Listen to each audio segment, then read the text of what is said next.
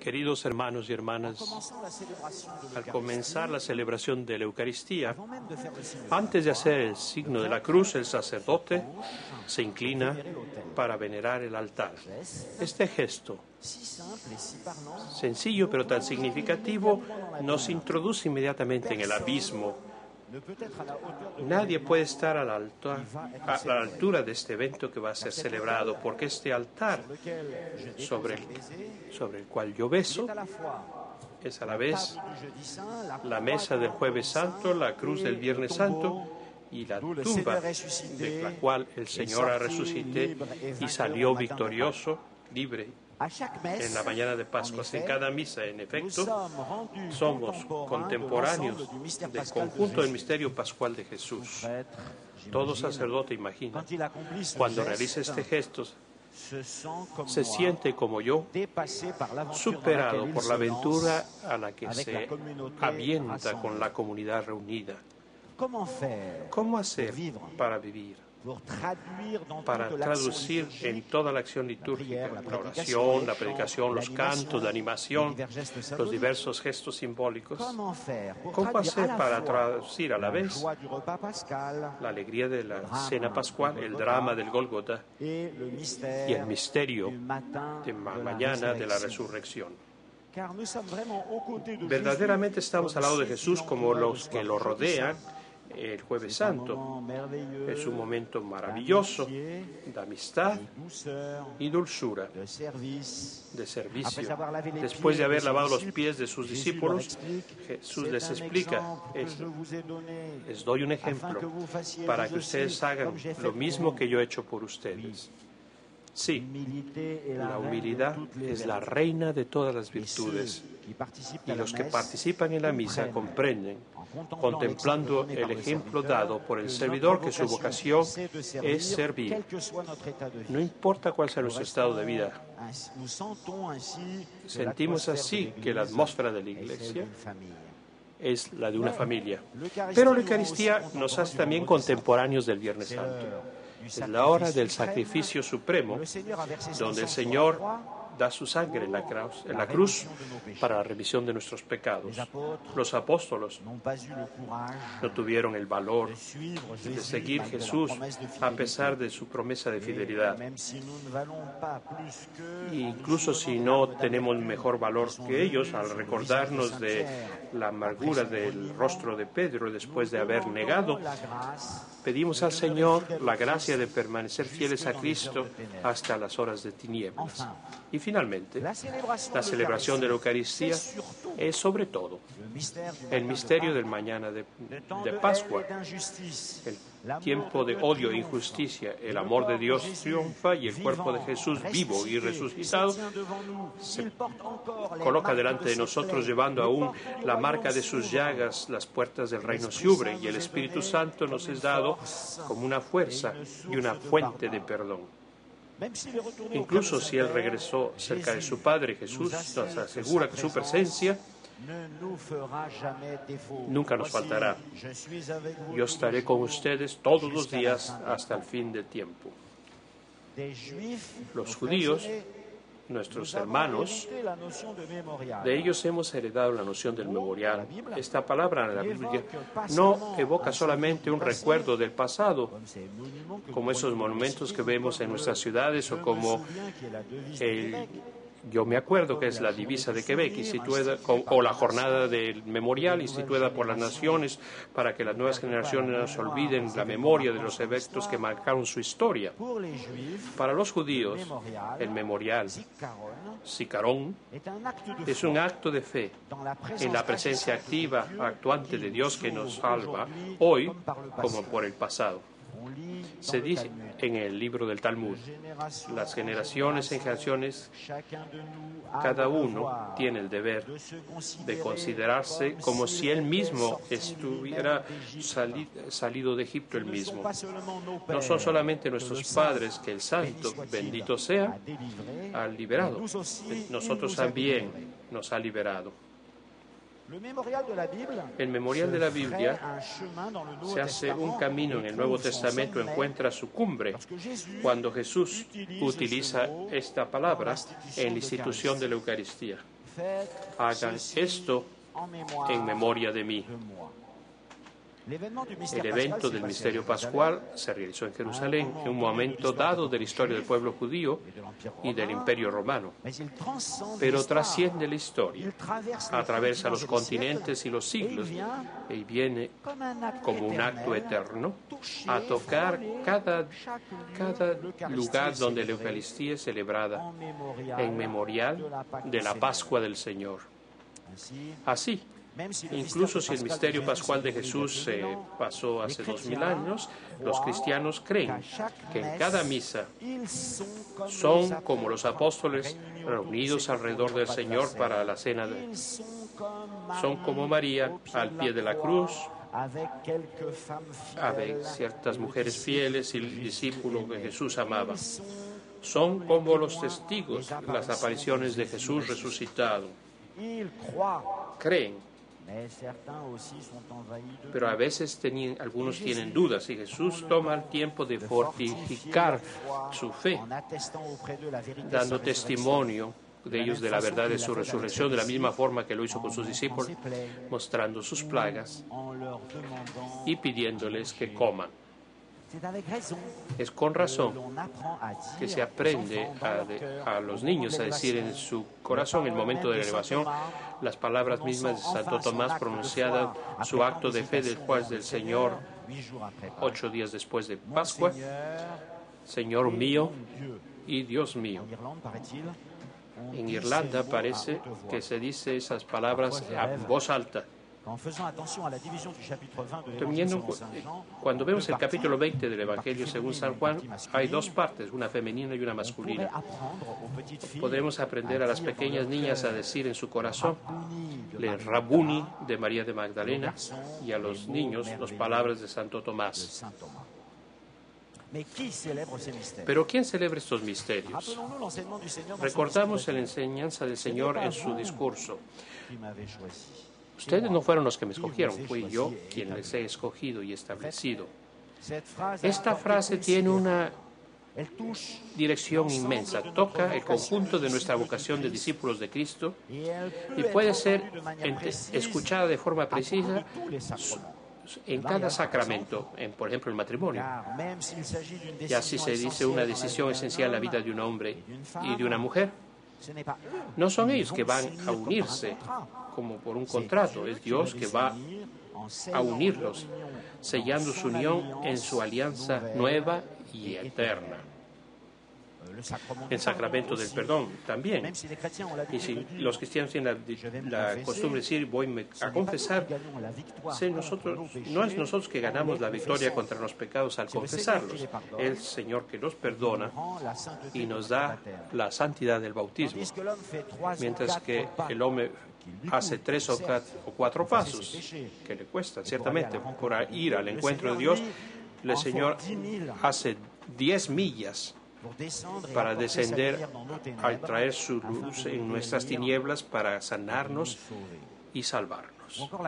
Y la confirmación. Frecuentemente escuchamos a los jóvenes decir: quiero confirmar los compromisos que mis papás hicieron el día de mi bautismo, que sean benditos por ese testimonio que dan, comprometiéndose de esa forma. Pero eso no es lo esencial. Jesús explica a los apóstoles antes de Pentecostés que es Dios quien va a confirmarlos. Les dice, van a recibir una fuerza, serán mis testigos, la fuerza del Espíritu Santo va a venir sobre ustedes cuando estarán en Jerusalén y en Samaria y hasta las extremidades de la tierra serán mis testigos. Vemos cómo se explica también el sacramento de la Eucaristía. El que dice, voy a misa, expresa una decisión libre y reflexionada. Él da el testimonio de su pertenencia a la Iglesia y su fidelidad.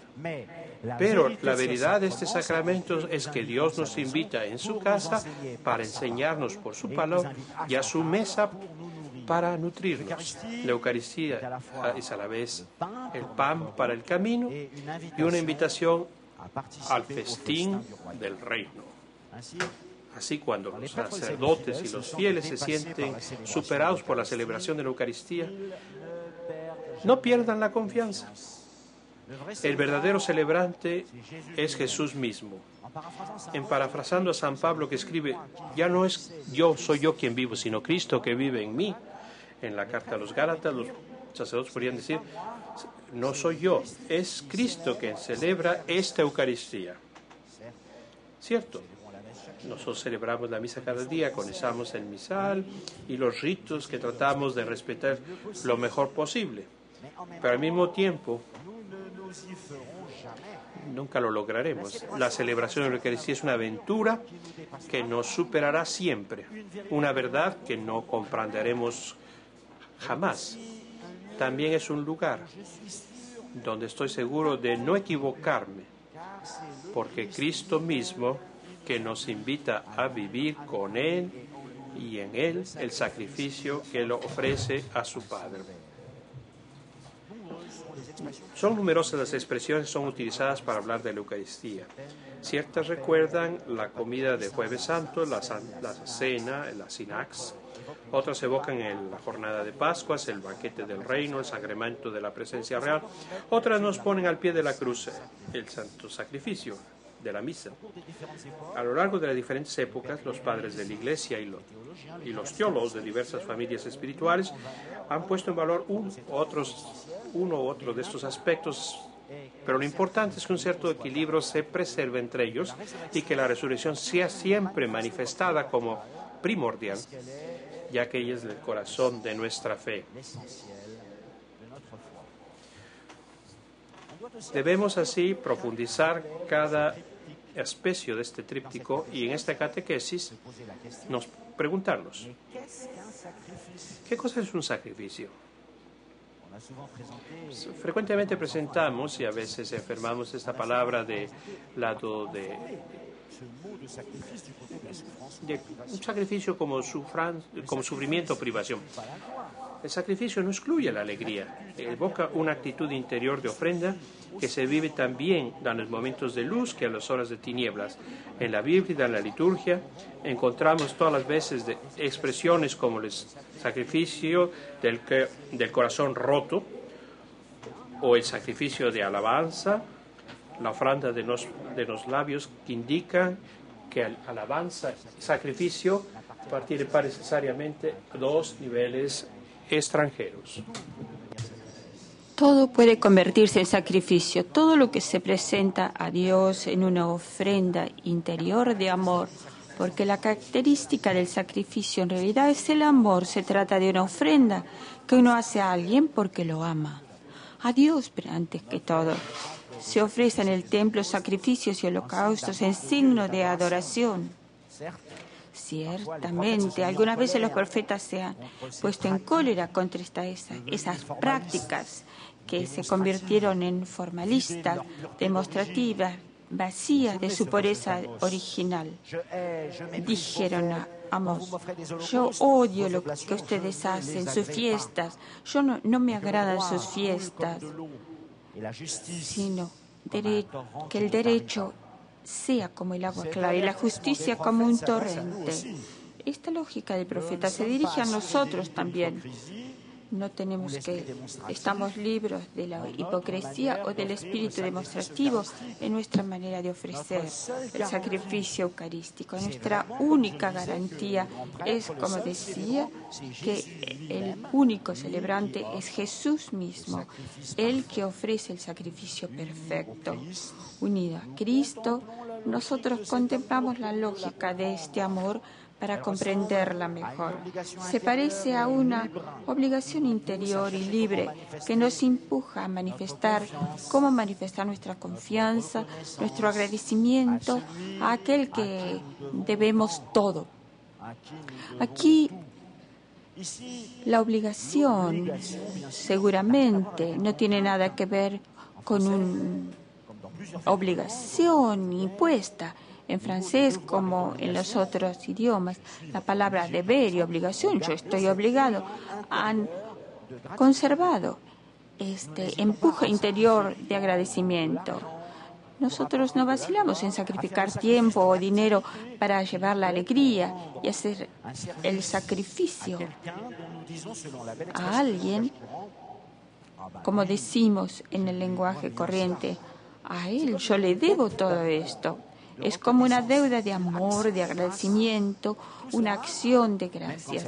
Todo eso, aunque nos cueste mucho, nos parece poco con respecto a lo que hemos recibido y contribuye a aumentar nuestra alegría y la de los demás. Una característica de esta ofrenda es la libertad. Jesús se ofreció porque Él quería.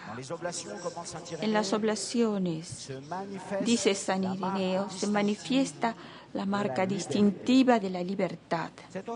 Esta ofrenda de amor es a veces vivida en la alegría, pero nunca parará por el sufrimiento. Permítanme tomar un ejemplo muy emotivo que yo fui testigo en mi vida sacerdotal en París. Una mamá un día había organizado una fiesta para el cumpleaños de su niño de 5 años. Había dado mucho tiempo, muchos niños habían sido invitados, se había sacrificado su tiempo, habían cantado, todos estaban contentos y comprendían el amor materno que estaba en el origen de una fiesta como esta. Una vida entregada a la vida de una madre, una vida ofrecida por la felicidad del niño, y eso conduce evidentemente a todas sus delicadezas y atenciones. Y 6 meses más tarde, el niño tuvo leucemia. Y hemos visto la misma mamá renunció a todas sus actividades, a sus amistades, a sus distracciones y fue de un médico a otro, agotándose para luchar como una leona por su niño. Ella suprimía y sacrificaba todas, seguramente su sueño, para acompañar al niño en su lucha y estar sin cesar a su lugar y tratar de ganar la victoria contra la enfermedad. ¿Era esto un sacrificio?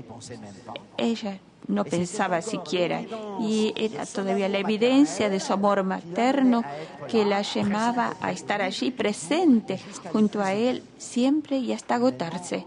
Humanamente era una locura, al menos una actitud excesiva, imprudente, pero nadie podía pararla ni hacerla razonar.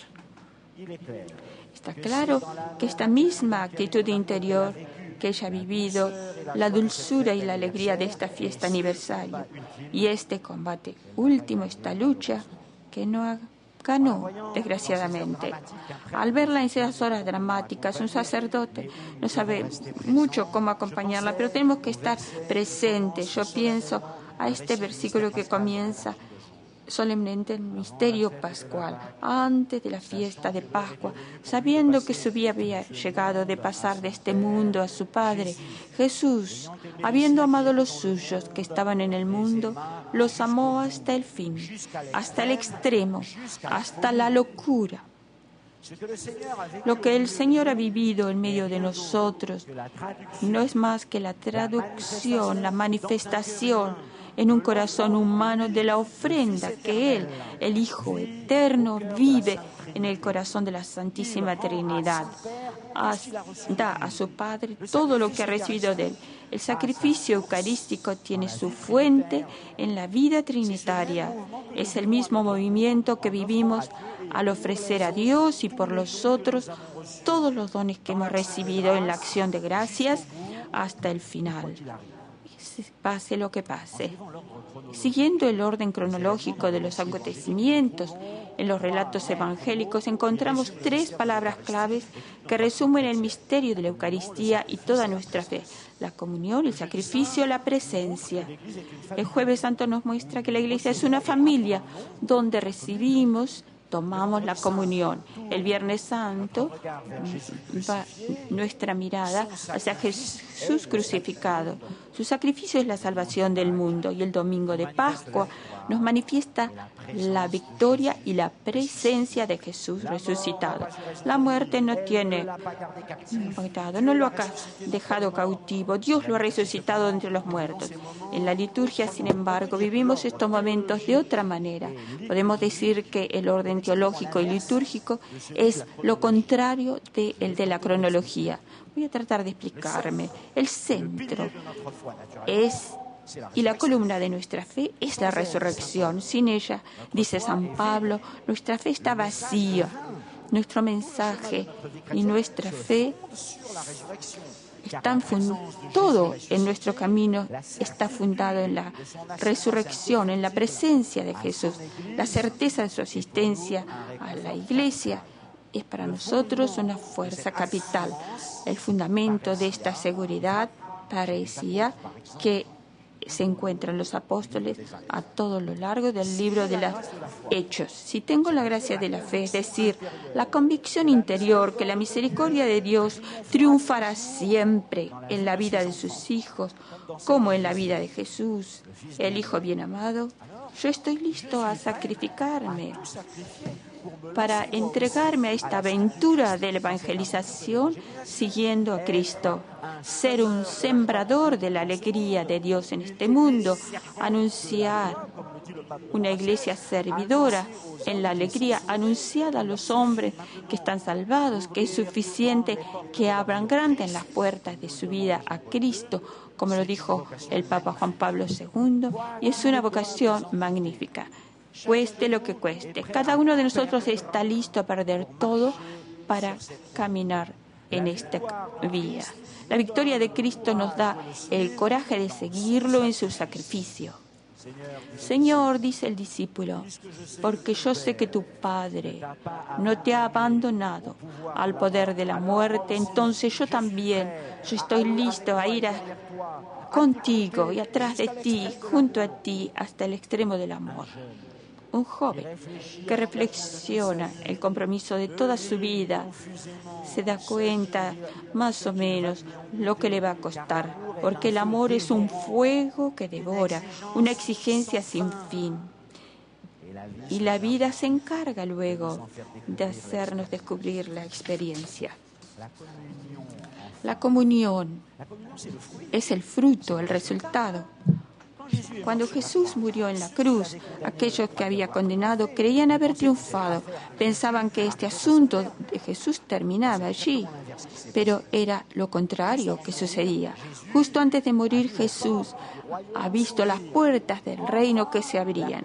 Al fin la comunión se hacía posible entre Dios y los hombres que lo habían seguido, pero que también lo han abandonado. Aún el último ladrón, criminal, que estaba al lado de él, Jesús, el corazón puro, veía que el buen ladrón, él también sería un hijo amado, y le dice, hoy tú estarás conmigo en el paraíso. La comunión es a la vez el resultado de la obra redentora de Cristo. Al fin los hijos se encuentran en el amor de su Padre, y es también todo el trabajo que nos tenemos que hacer en el fondo de nosotros mismos para obtener la paz interior y alrededor de nosotros para realizar esta paz en el mundo, en la sociedad, como artesanos de paz, los bienaventurados que serán llamados hijos de Dios. Que después de la liturgia de la palabra, la oración eucarística está organizada bajo esta lógica. Cuando escuchamos con fe el relato de la institución, sabemos que Jesús resucitó, está ahí, en medio de nosotros, y después de la consagración aclamamos su presencia en la anamnesis. La Eucaristía es, en primer lugar, el sacramento de la presencia real de la victoria escatológica, de la victoria de la resurrección. Luego sigue el sacrificio. Cuando era chiquito llamábamos ofertorio la presentación de las ofrendas. Ahora, después de la última reforma litúrgica, el ofertorio es el momento que sigue la consagración. Si la presencia de Cristo no está nada fija, está ofrecida a su Padre y entregado por nosotros, presenta a Dios su vida y la nuestra en la suya. De la oración eucarística suplicamos a Dios de mirar el sacrificio de la Iglesia, reconociendo en él el de su Hijo. No nos ofrecemos también para estar integrados, llevados en el movimiento eucarístico de Jesús. Decimos que el Espíritu haga de nosotros una ofrenda eterna a tu gloria.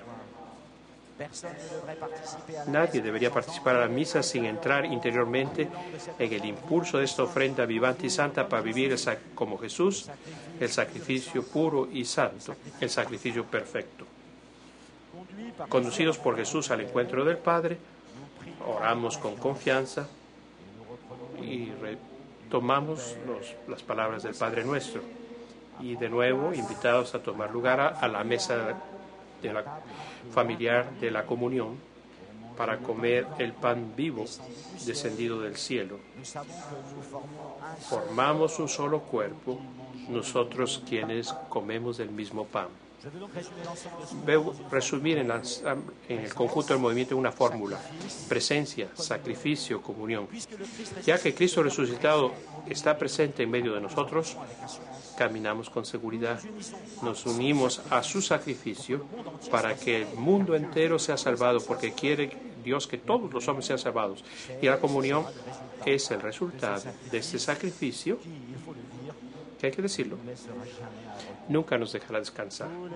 Todos los hijos de Dios deben poder encontrar la unidad interior, estar en paz con ellos mismos y en su familia, alegrarse de una vida social armoniosa, una situación política de paz. Esa es la lógica de la comunión y de nuestra interminable misión de artesanos de paz en este mundo.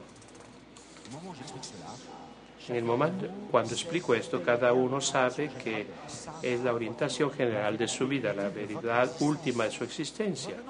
Regresemos sobre las palabras, porque Jesús presenta su sacrificio.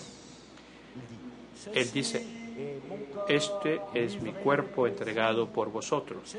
Este es el cáliz de mi sangre, el sangre de la alianza nueva y eterna. Participar activamente a la mesa es decir, un regreso al Señor, las palabras que acabamos de escuchar. Sí, Señor, porque tu vida está enteramente ofrecida para nosotros. Sabe que nosotros también nos somos entregados por ti y por los otros en ese sacrificio de la alianza nueva y eterna. Entrar en el movimiento de la mesa es vivir cada uno, pero todos juntos en la iglesia, la actitud interior del sacrificio de Jesús. Estas palabras, que resumen la palabra de Jesús, la vida de Jesús, corresponden a lo esencial de lo que vive cada miembro de la asamblea. Comenzamos por el sacerdote, por ejemplo. Cuando él pronuncia el recito de la institución, él habla en nombre de Cristo, pero él dice también lo esencial de su vida, su propia vida. Ese sacerdote, delante de ustedes, su vida entera es entregada al servicio. El compromiso al celibato da más verdad a esta palabra. Esto es mi cuerpo entregado por ustedes. Como tú, Señor, este sacerdote que celebra la misa, se está entregado. Es una palabra viva para sus hermanos. Entonces es bueno recorrer toda la asamblea y ver que estas palabras expresan también el corazón de cada persona que la componen. Para los unos es alegría, para los otros estas palabras tienen un combate.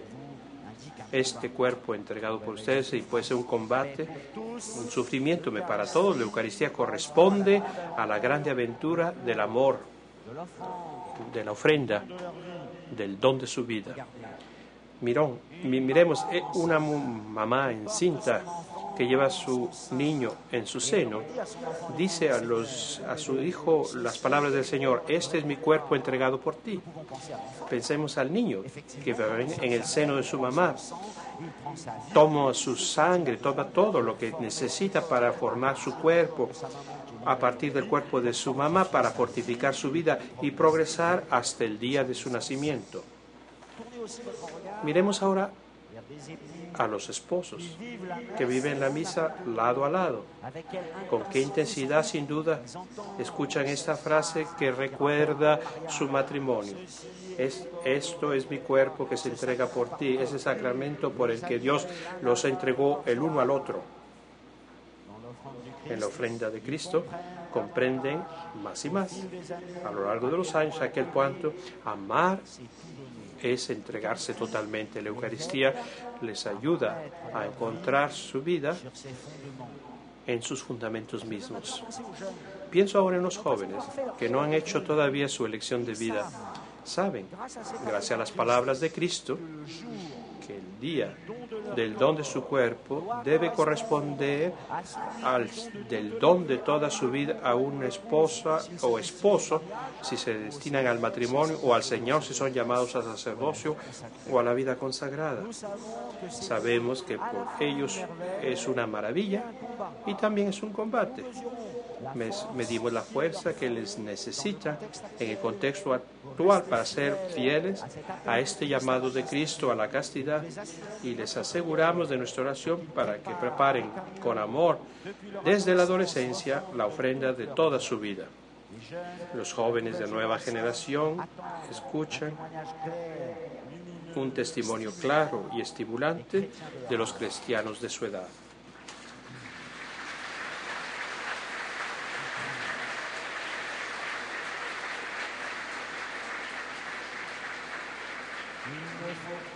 No habría que olvidar, y no hay que olvidar tampoco para quienes esas palabras de ofrenda de amor son un sufrimiento. Las personas que quisieran casarse, pero no han tenido la gracia, que dudan de su cuerpo y que no saben a quién podría ser entregado porque el abismo o por un hándicap o por otra cualquier razón. Pienso a los viudos, a las viudas y a todos los que han sido abandonados. Y sé en el corazón de la misa cuando se dice esto es mi cuerpo entregado por ustedes. Sufren mucho. Durante muchos años vivieron la misa con un esposo, pero ya no está ahí. Y no saben a quién entregar su cuerpo ahora. Para todos, en la alegría o en la pena, el memorial de la pasión del Señor es un sacrificio de amor, una ofrenda de nuestras vidas. A la hora del sacrificio supremo, Cristo Jesús, dice San Pablo, dio testimonio delante de Poncio Pilato por una afirmación tan bella que no podemos olvidar ninguno de nuestros hermanos cristianos en los numerosos países que viven todavía hoy todos los días ese extremo del amor. En 2003 recibí del Santo Padre Juan Pablo II este anillo cardenalicio. Cada mañana cuando me lo pongo pienso a mis dos arzobispos de Ho Chi Minh y el obispo de Khartoum en Sudán. Para ellos llevar ese anillo es llevar el testimonio de su vida cristiana en un sacrificio cotidiano, y que saben que su vida cada día está en peligro por el testimonio que tienen que darle a Cristo. Para terminar, quiero hablar de nuestros hermanos los cristianos de Algeria, particularmente de los monjes del monasterio cistercienses de Tibirín, que fueron asesinados, como ustedes lo saben, en la primavera de 1996. Su presencia era una ofrenda sencilla, discreta y entendida por todos. Presentar el cristianismo sin la cruz por el sacrificio que hay, sin saber hasta dónde nos va a conducir, sería una mentira. El año pasado, Monseñor Henri Tessier, arzobispo de Algeria, vino a predicar el retiro de los sacerdotes de la diócesis, y como lo dijo aquí ayer en la tarde, nos había hablado sobre la Eucaristía y el martirio, hablando de las 19 víctimas que la Iglesia de Algeria tuvo durante los años oscuros de la gran violencia islamista. Cierto, hablaba de Sotro, las religiosas, los hermanos sacerdotes y de los monjes asesinados, pero comprendíamos bien al escucharlo que él también sabe desde hace más de 100 años que su vida es cada día en peligro. Es en ese clima espiritual que celebra la Eucaristía cada día. Los mártires cristianos de Algeria dieron su vida a causa de una fidelidad evangélica a un pueblo que Dios les había enviado a servir y amar. El prior de Tibirín, el padre Christian de Chergé, había escrito: si me sucediera un día ser víctima del terrorismo, yo amaría que mi comunidad, mi iglesia, mi familia se recuerde. Mi vida está dada a Dios y a este país, Algeria. Imaginamos que debía frecuente pensar a los algerinos, para quienes pronunciaba las palabras de la cruz, cuando pronunciaba las palabras de consagración: esto es mi cuerpo entregado por ustedes. Todos los hermanos, todos los miembros más viejos de la comunidad curaban a los enfermos de la región. Cuando la atmósfera se volvió peligrosa, escogieron quedarse. Era lo que había explicado Monseñor Pierre Clavier, el obispo de Irán, antes de ser asesinado en el otoño de ese mismo año del 96.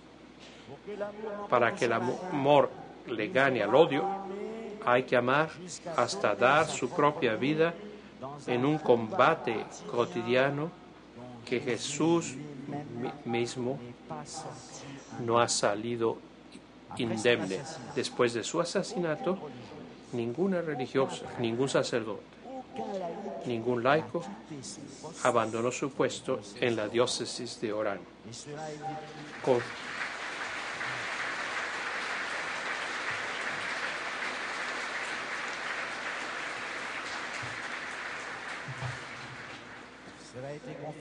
Y estaba conforme a lo que el Monseñor había escrito.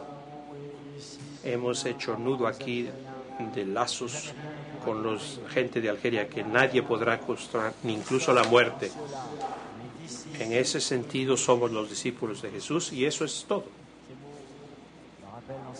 Estas palabras nos recuerdan en la enseñanza de San Ireneo de los monjes de Siria. Sin cesar mutilados, la Iglesia crece en sus miembros y encuentra: cuanto se ama un pueblo, continuamos a servirlo incluso si las cosas van mal. Lleva siempre esta dimensión de ofrenda y de sacrificio. Esta actitud de discípulos, 20 siglos más tarde, nos ayuda a comprender la Eucaristía del Señor.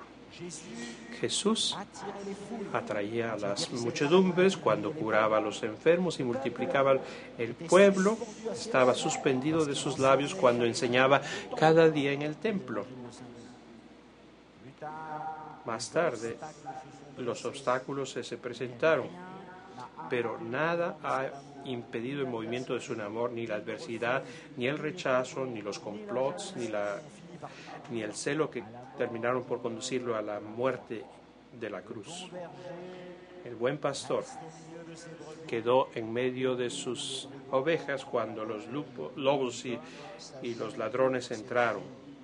Dio su vida por sus ovejas. La fuerza de su amor derrumbó todos los obstáculos. En su contemplación, San Pablo resume el conjunto de la vida de Cristo por estas palabras: Cristo Jesús nunca fue sí y no. Para él no había más que un sí en él.